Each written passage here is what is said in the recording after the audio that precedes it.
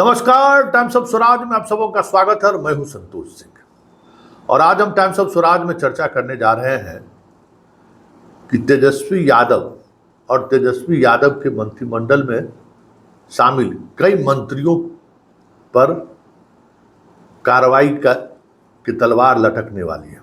जी हाँ, पहली बार ऐसा हुआ है जब नीतीश कुमार पिछले सरकार के कार्यकाल के दौरान जो कुछ भी निर्णय लिए गए, जो कुछ भी फैसले लिए गए, जो कुछ भी विकास के कार्य हुए, उस पर समीक्षा करने का आदेश विधिवत दिया है।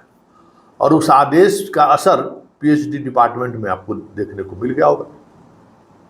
800 से अधिक टेंडर को रद्द कर दिया गया है।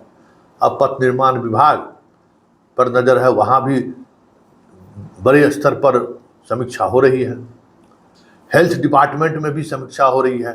जितने तेजस्वी ने पथ निर्माण विभाग में और हेल्थ डिपार्टमेंट में जो निर्णय लिए हैं, उन निर्णय की समीक्षा हो रही है। कैसे लोगों को टेंडर मिला है, कैसे कैसे लोग इसके हैं, क्योंकि जो पीएचडी में जो टेंडर रद्द कर दिया गया है उसकी जब समीक्षा की गई है तो उस बड़ी स्तर पर खेला होने की बात सामने आई। और ललित यादव अब निशाने पर हैं। ललित यादव की संपत्ति की भी जांच हो रही है। खबर ये भी है कि ललित यादव की पूरी संपत्ति की जांच हो रही है। और सिर्फ ललित यादव की नहीं, पिछले मंत्रालय के 2-3 और मंत्री हैं जिनकी संपत्ति पर आर्थिक अपराध इकाई की खास नजर है।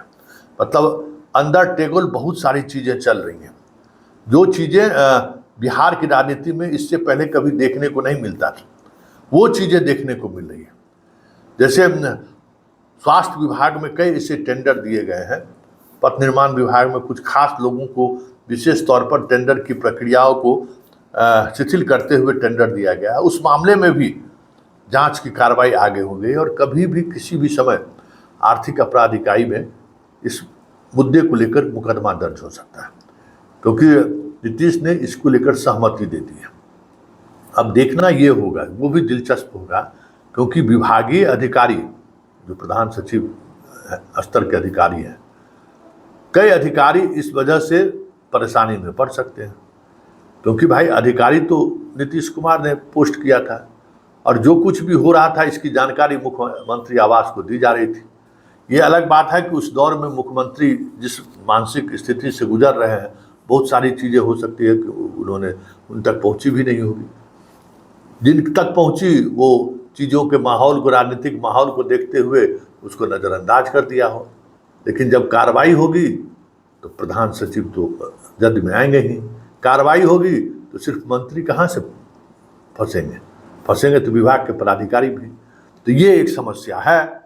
पदाधिकारियों पर कार्रवाई नीतीश थोड़ा हिचकते हैं।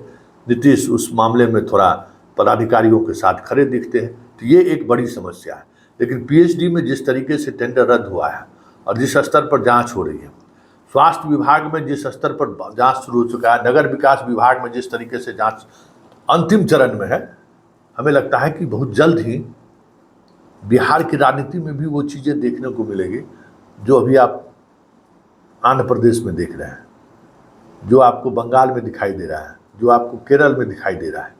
क्योंकि राजनीति उसी दिशा की तरफ बिहार में भी बढ़ता हुआ दिख रहा है।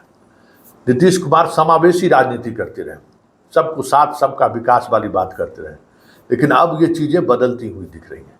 और ऐसे में तेजस्वी सहित राजद कोटे के कई मंत्रियों पर आने वाले समय में एफआईआर दर्ज हो जाए तो कोई बड़ी बात नहीं।